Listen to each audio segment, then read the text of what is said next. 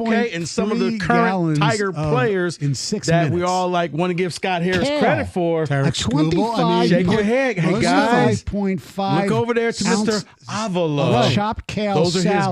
guys. Was he I wearing may the actually Carson put him a jersey? little bit I don't know. higher. Dog in this competition. Yeah, so 8 8 minutes. Indirectly, And he's baloney. responsible for this team. Okay. The short form of baloney. Number I could do the kale 6. competition. And it's probably. very early in his 2 tenure. pounds. I like what he did last 52 year. seconds. If you're eating Jury's hot dogs, still I out mean, on what's this the year. difference? We bring you Trajan Langdon. Hot dogs got to be made from way worse than bologna, right? Have you But ever I seen the figure- ingredients on a hot dog? Yeah, but these are Nathan's right hot here, dogs, so I'm I would assuming already at least swap. beef hot dogs. I would put Al. Bologna is ahead of just, Trajan. ugh. Trajan made a makes couple it bubbly. moves. That was but not then a description. Stoney, That was just a sound this summer, effect. I'm like, okay, Trajan, show me that you know Ed what you're and doing. Cluxton, you're on And he 97 on walks the out ticket. for the draft. Hey, guys, how's it It was going today? basically Hey, Isaac. Ed. We ain't really going to do much, so don't I've heard expect two of much. the We'll get guilty sports better that in I the watched, margins. And pro he fishing and kinda pro bowling. got But better. one I haven't heard yet. Your biggest move was may have been the bicycle guy that you motocross didn't racing. sign because you Not the found tricks, out that not he the may jumps, be a little bit but of the a actual dirtbag. racing. So allegedly. I wouldn't do that just because playoffs immediately a little for shout out Trajan here. or Avila at the It's end. an Olympic I mean, sport it's now. just- you could argue that, yeah, And this the is reason a team it that he is has his But favorite. it takes of my longer for mom. baseball players it or to come not. along. Fine enough, but He was on a Lane, 13-member committee that, Getting Schroeder for at the 13 years deadline was pushed to really get the good. sport in the so- Olympics, and finally succeeded. So does she get to take you out to L.A.? No, well, she passed away about 10 years ago. Oh, I'm sorry. Yeah, she lived long enough to see it as a spectator sport, but it's now an actual Olympic sport. I did it for